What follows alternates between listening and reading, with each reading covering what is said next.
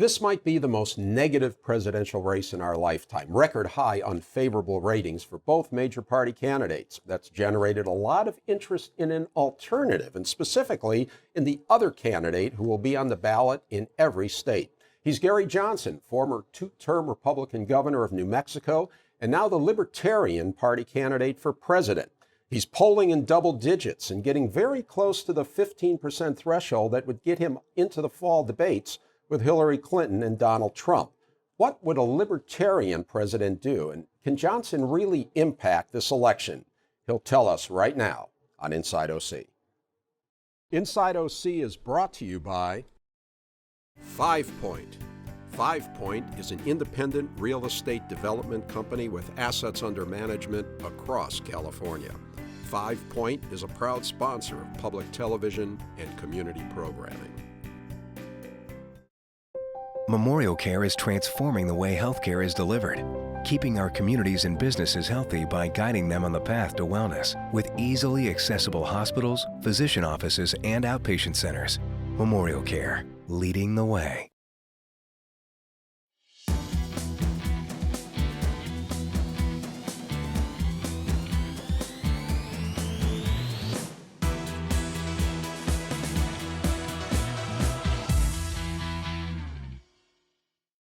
You really want to get at that, don't you, Rick? Okay. You really want to get right to it. Hi, I'm Rick Reiff. Welcome to Inside OC. I'm delighted to be with the Libertarian Party candidate for President of the United States, Gary Johnson. Welcome, Governor. Thanks, Rick. Thank you. Thank you. Thanks for stopping by here as you're making the rounds in Southern California. What are you doing here?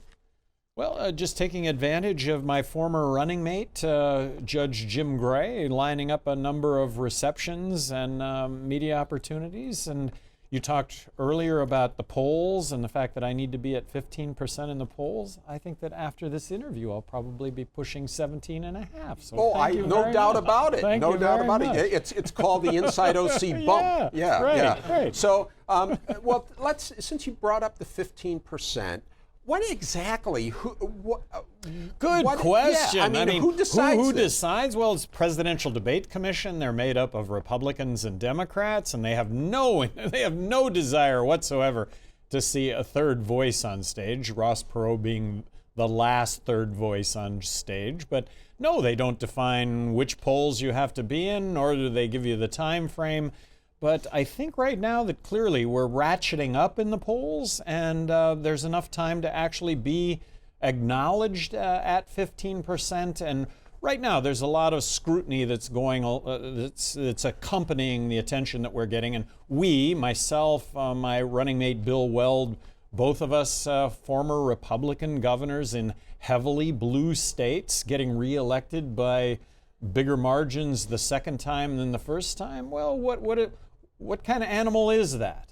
Right, but then again, as you said, this commission may, may be tough about this, but let's just say, hypothetically, you're at 13%, Green Party, Jill Stein's at 5%, let's say, and the public is saying, we want to see these folks on the stage. Can't the networks just say, we don't care what the commission says? But now we're back to the commission, and what the commission does is the Democrats and Republicans sign documents saying they will only debate one another. And they've set up 3 presidential debates, and this is what they do. So no, they would not participate. Even the networks, we believe, we've actually filed lawsuit against the Presidential Debate Commission. We think the discovery phase of the lawsuit is just going to provide enormous entertainment at a minimum for the public, but that the networks, we think, actually sign documents also that say that they will only show Democrats and Republicans. Public outcry. Should be, but it hasn't happened, and I doubt that it will happen this time. It's complicated. So what's your gut telling you? You think you're going to get on the debate stage? I think so, yes. And I saw a projection last week where the first presidential debate's going to garner more viewership than the Super Bowl. Well, there's no way that you can win the presidency without being in the Super Bowl of debates. And, there is that possibility. And so what's a libertarian? I mean, come on, what's the difference? Well, keep government out of my pocketbook, keep government out of my bedroom, and then skeptical when it comes to our military interventions that have led to the world being less safe, not more safe. Let's rule the world with free markets. Let's rule the world with diplomacy. Let's have an impenetrable national defense, but I stress the word defense. Okay, so you've kind of laid out there what a libertarian is, and we're going to get into the details because there's a lot, it seems, for either a person on the right or a person on the left kind of to draws like, from both, to like or to sides. not like. Yeah, for instance, you bet. if you're on the left, I'm sure you love the libertarians' liberal social policies. Libertarians were, for gay marriage before either of the major parties, and yet small government. Are you kidding me? Yeah, well, Rick, libertarians, when it comes to social policy, we don't care what you are as long as you don't force it on anybody else. And I do think that most people are about smaller government, that people recognize that smaller government is a good thing because that's government getting out of personal choices in our lives that only we should be making. And smaller government, that's less money out of your and my pocket that we could be spending on our lives as opposed to government telling us how we should spend our money. I think most people are in that camp. I realize plenty of people are outside of that, but I think I'm describing most people. I thought it was interesting, and it probably a testament to the fact that you're already in the 10%, 12% popularity, if you will. I just saw a poll from a couple of weeks ago that 40% of the voters still don't know who you are. So I thought it was higher. So, but it was about 40. Well, it was. I actually know there's one poll that was 60, but then a later poll said 40. So I think you're gaining. So just to help us here, who is Gary Johnson? Well, former two-term governor of New Mexico, Republican in a state that's heavily Democrat. I've been an entrepreneur my entire life. I started a one-man handyman business in Albuquerque in 1974 as a junior in college, and actually grew that business to employ over 1,000 people. It's amazing what happens when you show up on time and when you do what you say you're going to do for other people. And then, I've been an athlete my entire life. And what athletics has taught me is that life is just putting one foot in front of the other. Athletics has taught me, and business has taught me, is that just expect the worst things that can possibly happen to happen. Anything that can go wrong will go wrong. And it's your ability with how you deal with that that ultimately determines success. You can crawl up in a ball, declare yourself a victim, give up, or you can get a smile on your face and realize that that's just the way things work and move on. Yeah. And get a smile on your face the next day and move on. And just before we move on that point, let's talk about the athlete part. You're a triathlete, right? And you scale summits and things like that. Well, I've had the good fortune to climb the highest mountain on each of the 7 continents. I have done Hawaii Ironman 4 times, which is the World Championships. I've run the Leadville 100-mile run, but of late I've competed in mountain bike competitions, road bike competitions, skiing competitions, and if I'm not elected president, and Rick, it's a real possibility that I might get elected president, but if I'm not elected president next summer, I'm going to ride the Divide, which is a mountain bike race from Banff, Canada to Antelope Wells, New Mexico. It's on the Continental Divide, 3,000 miles, unsupported. Holy cow. That sounds like an adventure. And still you can get elected governor and govern a state. I'm pretty impressed. I got to tell you, I'm pretty impressed. Okay, I thought it was interesting, one poll that you have done extremely well in there was a poll of military personnel. Oh my over gosh, that was 3,500 plus military personnel around the world. Active military. Active military. You won. Yeah, 39 for Johnson, 31 for Trump, 20 for Hillary. I mean, how can that be? How can that possibly be? Well, how can that possibly be? Maybe judicious use of the military. That if I call on the military to defend us against having been attacked or aggression, that military personnel recognize that it will be used in a very meaningful way, as opposed to military interventions that, since Vietnam, really, unintended consequence of things worse, not better. Because, as you know, one of the raps on you and the libertarians are that you're isolationist. You're going to pull us, and really, and you're not going to defend America against the threats of terrorism and our enemies around the world. You know, Donald Trump is isolationist. Libertarians are not isolationist. We're non-interventionist. We don't want to get involved in other countries' affairs. And as bad as things are in another country, they're bad for a reason. And we interject ourselves into those situations. We interject ourselves in civil wars where it's 50-50 and we side with one as opposed to the other. Well, you can just predict the outcome, that it's going to be very muddied and it's not going to end up better, in many cases worse. But then people say, Gary, get real. This is a real world. We've made these commitments. We're in these countries. If we just pull out tomorrow, there will be carnage and we'll have blood on our hands. Well, let's take Afghanistan, for example. Initially, I supported going into Afghanistan because that was Osama bin Laden. And we went into Afghanistan, and after 7 months, we destroyed al-Qaeda. We did.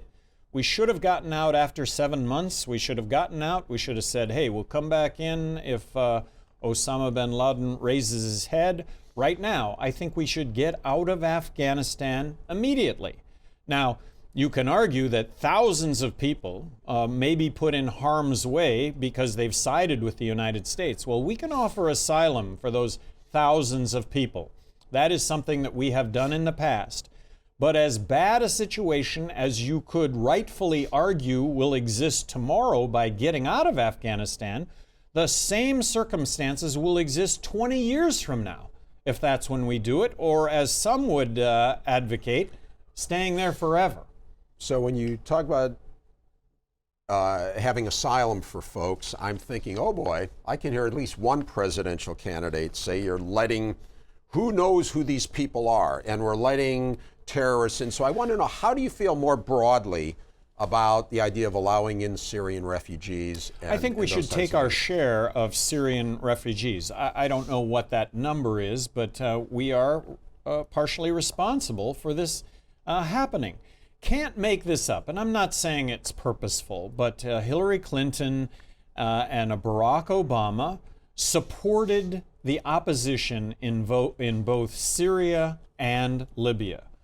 Well, the opposition is aligned with ISIS. So the opposition, we heavily arm the opposition that are on our side.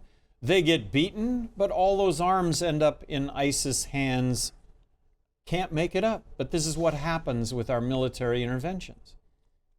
One of the very big issues, maybe the predominant issue in the mind of a lot of voters this time around, is who is going to choose the Supreme Court? Who will make the next picks in the Supreme Court? How about Garland as a starter? How about considering Garland? Seems like this was President Obama's. This is President Obama's nominee. That before he made that nominee, he was being touted by Republicans. Bill Weld and myself are looking to get elected president and vice president. We're going to do this as a partnership. We're not going to have separate staffs. I think that is really unique. But grant me this, Rick. If Clinton is elected, are any Republicans going to go along with Hillary Clinton? None of them. If Trump is elected, are any Democrats going to go along with what Trump has to say? Polarization in this country is going to get worse. So how about a scenario whereby a libertarian former two-term governor, vice president, two-term governor, how about a scenario where they take over, they're hiring both Republicans and Democrats, and they're calling out both sides saying, come on, let's deal with some very specific issues and let's move America forward. Which scenario has the maybe projected to have the best outcome? So your appointment to the Supreme Court, would you appoint an Antonin Scalia to the Supreme Court?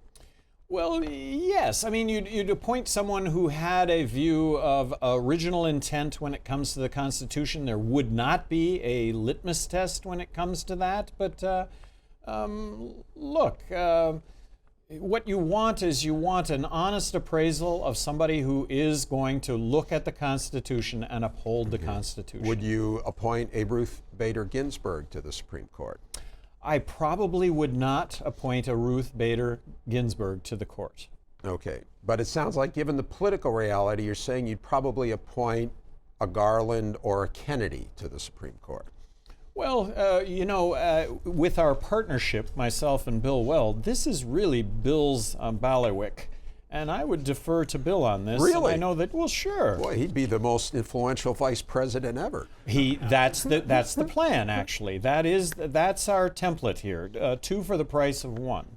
And I do want to point out, Bill Weld, very successful 2-term governor, Massachusetts, reelected by a 70% margin the second time around. And in his first day in office, he furloughed 8,000 state employees with not a peep of controversy surrounding it, because nobody could really figure out what they were doing in the first place. Okay, I think the viewers have a clear idea here where the libertarians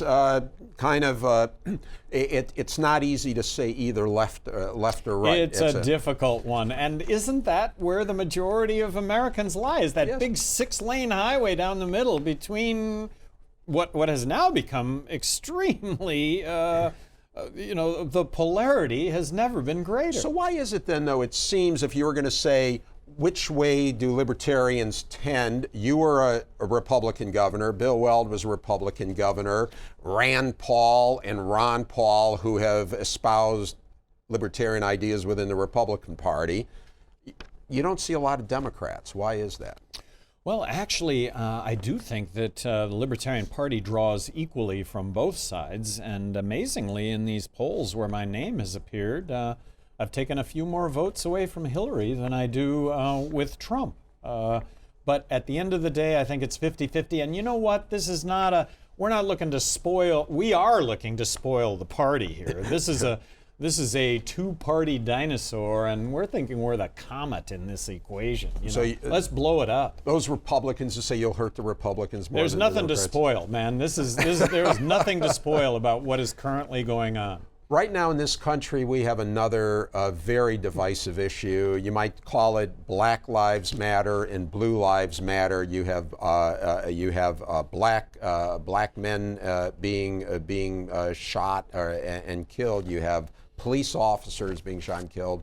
How do you feel about this whole situation? It's a fact. It is happening. And I think at the root of this, and it goes beyond the root, but I think at the root of this is the war on drugs. If you are of color and you are arrested on drug-related charges, there's a 4 times more likelihood that you will go to prison than someone that's white. And so there is great apprehension among police forces simply on the basis of color. And the reality is that blacks are getting shot and killed as a result of that. What about police officers? Aren't they a lot of folks would suggest they've got a tough job. They've got a really tough job, and that they have been under fire. And it's really sad that in a city like Dallas, that arguably has best practice when it comes to race relations and police, that they should have been targeted. Department of Justice, being President of the United States, I think the common threads of good police practice can be pointed out and emulated, and I think Justice Department, President of the United States, worst practices worst incidents are going to have common threads and can be pointed out also and avoided. What would you do differently about this issue than either President Obama has been doing or what you think the two major party candidates should be doing? Well, I'm not privy to all of what the Justice Department is doing. I will say that they stepped into Albuquerque in New Mexico, where there had been some very high-profile shootings, and I think made a difference going forward. So I'm just going to assume that he has done good things and will, in this case, continue the practices of making this world a better place, of making this country less discriminatory. There are so many things to cover. We're not going to get to nearly as much as I was hoping, but one of the issues, everybody I asked, what should I ask them about? You can probably guess what it was. Marijuana. Ask them about legalize marijuana. Tens of millions of Americans are convicted felons in this country that, but for our drug laws, would otherwise be tax-paying, law-abiding citizens. I think that California is going to vote to legalize marijuana recreationally in November, and I really see that as the tipping point. I think when that happens, I think that 20 state legislatures will simply pass the legislation and make it happen. Looking forward with regard to other drugs, I think this country will take a quantum leap when it comes to understanding drugs and drug abuse, and that we will then start to look at drugs first as a health issue rather than a criminal justice issue. Okay. I had the sheriff of Orange County on not too long ago, and she said, and she is a she in Orange County, the sheriff of Orange County, said that it's a myth that people are jailed for being casual users of marijuana. It's a misdemeanor in California. She says for you get stopped now, you get a parking ticket, essentially, if you're smoking marijuana, and that this idea that people, casual drug users are becoming hardened criminals because of the system, it simply isn't true. Well, it doesn't tell the whole story, though, and the whole story is that you get pulled over and the car smells like marijuana. If you're very polite and you're white, chances are you're going to get a pass go. If you're black and you're belligerent, you might end up on the pavement with handcuffs on. And that's just the reality. But that almost sounds like the divisive rhetoric that is separating people. What about the fact that if you're belligerent, you wind up on the sidewalk regardless of your race? Well, but if you add marijuana to the equation, I mean, you're asking about marijuana and the reality of loosened drug laws. Let me just pivot a little bit to Indiana, where Mike Pence is leaning into the drug war as opposed to leaning out from it. Indiana arguably has the stiffest penalties in the country for marijuana possession. $1,000, 180 days in jail. Mike Pence was presented legislation to loosen up on that, and he refused to support that. So the legislation never did advance. Mike Pence, Donald Trump's running mate. Donald Trump's running mate. So let's talk, maybe wrap up with this, call it a dream scenario, a fantasy scenario, maybe just a long shot scenario, that you actually win the election. All right? How would that happen? Just lay out maybe a potential path to having that happen. The only way that happens is to be in the presidential debates. If I am not in the presidential debates, if Bill Weld is not in the vice presidential debates, chances for us getting elected are zero. If we're in the presidential debates, anything can happen, including getting elected president, vice president. How would that anything come about? I mean, like what state? New Mexico, Massachusetts, go, that's Bill Weld's state. All right, okay, where else do you pick up? I mean... well, I've got a list when it comes to the Mountain West. Bill Weld has a list when it comes to back east, but in the West, you could look at Utah, you could look at Wyoming, Montana, Idaho, the Dakotas. The votes. We need votes here. But then, and the idea is to win it outright, which is, that's you can say pie in the sky, but then there's the other scenario that this might actually go to the House of Representatives. But to go to the House of Representatives, you have to win at least one state. And if it goes to the House of Representatives and it goes beyond one ballot, good chance I would end up being president of the United States if it goes beyond one ballot, getting in the House of Representatives. But we got to win at least one state. Very good. Just quickly, as you know, money, you need so much money in politics. Do you have enough money, or will you get enough money? Yes, we're going to. It's happening. It may not have been reflected in the last reporting period, but yes, it is happening. And it's a whole different game right now. Earned media, social media. We came out with a video a couple of weeks ago that has had over 15 million views. Governor, thanks so much for being here. Rick, thank you. It's been an honor. Well, that's it for this show, but we're not quite done. Yeah, let's hear it for And those folks who are hearing right now, our studio audience will now get a chance to question the candidate, and you can see that on YouTube. Thanks again to presidential candidate Gary Johnson. You can watch this show and past shows by going to pbssocal.org or rickreiff.com. You can also catch our shows and, as I just mentioned, our post-show open mic chatter on YouTube. And follow us on Facebook, Twitter, and Instagram. Thanks for watching. We'll see you again on Inside OC.